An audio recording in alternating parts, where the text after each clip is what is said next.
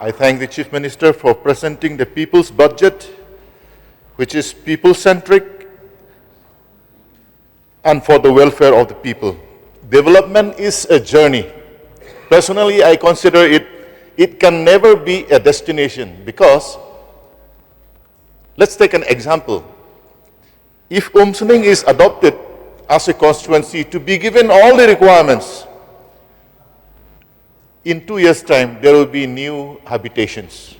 In 2 years' time, there will be new roads that will have to be constructed. So, it is always a journey. But this journey, I feel, is always riddled with negative narratives. Presently, sir, whatever the government gives, whether it be a road, whether it be an office building, CNRD block, the discussion in the towns and villages is that they always allege they are giving all this on loan money, borrowed money, and so on and so forth. Last year, in the month of September, one young chap came to meet me for a certificate to get a registration number of vehicles. So when he approached me, I asked him, "What vehicle do you have?" He said, "I have an Innova." Then I was surprised because he was not that rich. I asked him, "How you got?" He said, "I got it through the CM 11. And through this scheme, I have to pay only about 12 lakhs instead of the total 30 lakhs. I was very happy. Then I asked him, "Did all your friends who applied got?" He said, "No. Only a few of us." So will the government be able to pay every applicant at one go? The answer is no. Can the government pay in a phased manner to each and every aspirant? Certainly. In a phased manner, everyone will get the benefit. The only issue is the government should take steps and to move in the right direction.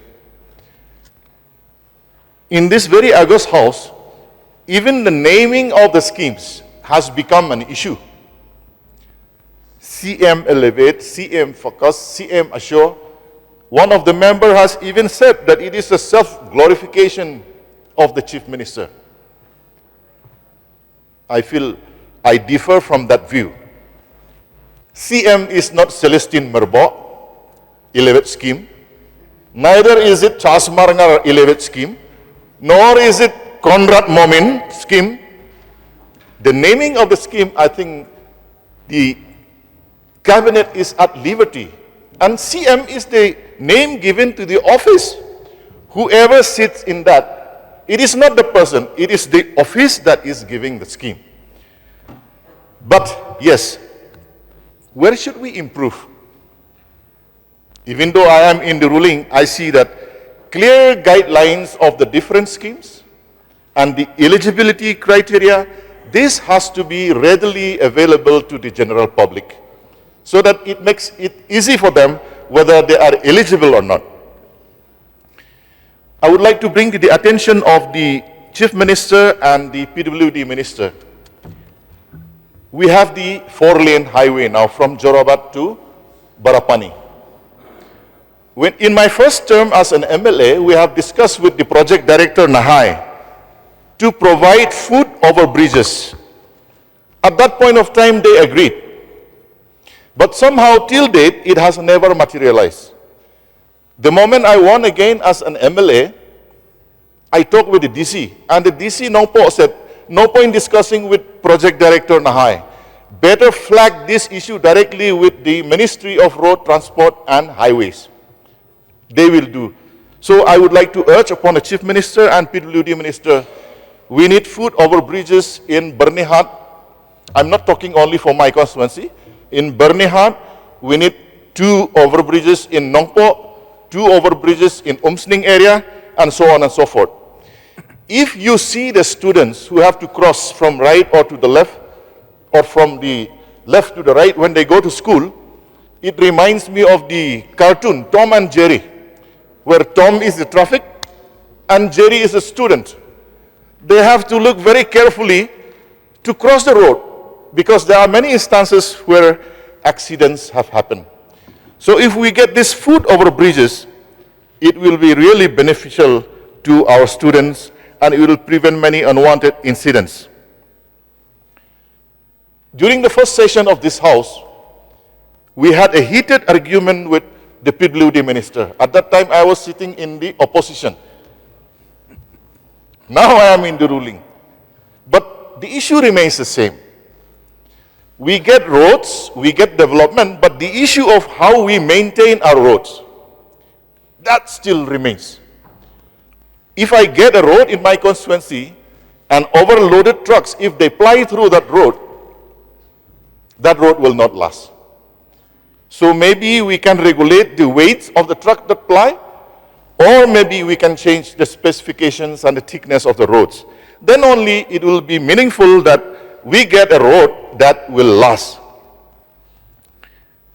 As a son of Riboy, I would like to say thank you to the Chief Minister for creating the Mauhati CNRD block.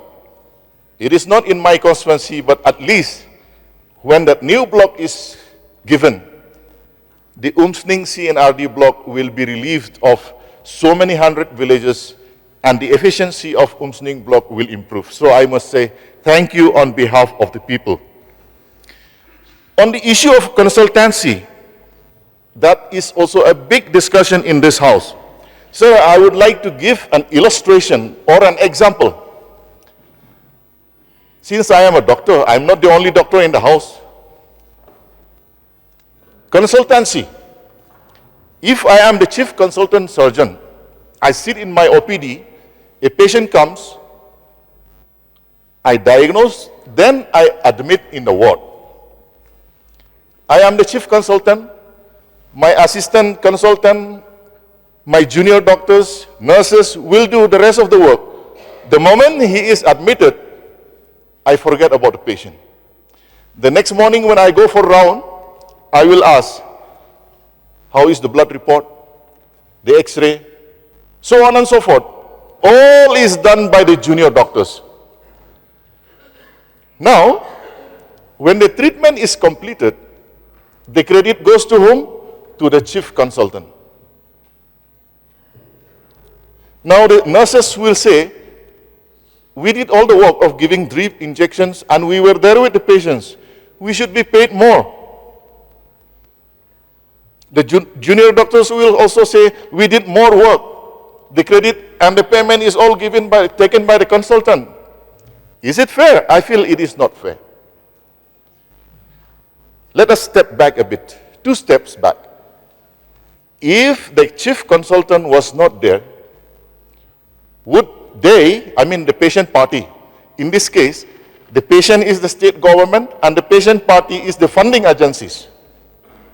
Without this chief consultant, will the patient and the patient party come for the treatment? I think not. But it's because of the chief consultant that was there, because of his reputation, track record, and reliability, they have agreed to go into the contract. Now during the operation, since I have full faith in my assistant, I tell him, this is only an appendicular mass. Example, you do the operation, I will wait, but I will observe. My junior doctor performs the surgery, I stand by, and during that time I can hum, I can sing a song, or maybe I can play Need for Speed on my mobile. The next question is, can I play PUBG? It's up to me. If I want to play PUBG, if I like it, I would have played. So the issue of consultants taking away the major chunk of the money while the others are not getting, that has to end today, sir. It has to be clear, because without the chief consultant, nothing will happen. So, honorable members, would you please mind to... Sir, interesting points are coming. Allow me. I was checking about the, we're talking about deaths, so I check a particular article given by the Business Today e-paper. It came out on the 27th of February, the rising debts of states. You can check online. It is available now also, where this article has given, according to RBI report, which are the states that are having the maximum loans or debts. Tamil Nadu is number 1 at 8.3 lakh crores. UP at 7.2 lakh crores is number 2. Maharashtra, West Bengal, Karnataka, Rajasthan, Andhra Pradesh, Gujarat, Kerala, and Madhya Pradesh. These are the top 10 states with maximum debts. Interestingly, when I check which are the states that are having the biggest GSDP or most developed, I find the same states are in the list. Maharashtra is at number 1 with the GSDP at 42.67 lakh crores. Tamil Nadu number 2, Karnataka, Gujarat, Uttar Pradesh, West Bengal, Rajasthan, and the rest. Now, what is the inference that we get out of this? The states that are daring to take maximum loans are also the states that are best performing. So I must urge the Chief Minister, be courageous. There is a Latin phrase that says, ex nihilo nihil. Out of nothing, nothing comes. Or nothing comes out of nothingness. If the Chief Minister and the Cabinet want to take the state to greater heights and glory and development, they should be daring to take loans. Calculated risk. There's no pain, no gain. Ex nihilo nihil. In the devolution of taxes, sir, Meghalaya is only receiving 0.767% out of the total devolution. But we must pray that the tax collection of the central government increase year by year. Even though the percentage is small, the amount that we'll get will keep rising. So my advice to the Chief Minister and the Cabinet is, be firm, stay determined, remain focused, while you drive the state along the road to development. There will be a lot of honking, a lot of people will try to overtake, but remain focused. If you need to borrow more, please do, but maintain the speed limit. In your speech, sir, you have given the fiscal deficit percentage is only 2.96% of the GSDP. You are well within the speed limit. Keep driving. We want the state to develop. On a lighter note, sir, I think it was you who mentioned that there are many success stories out of the government schemes.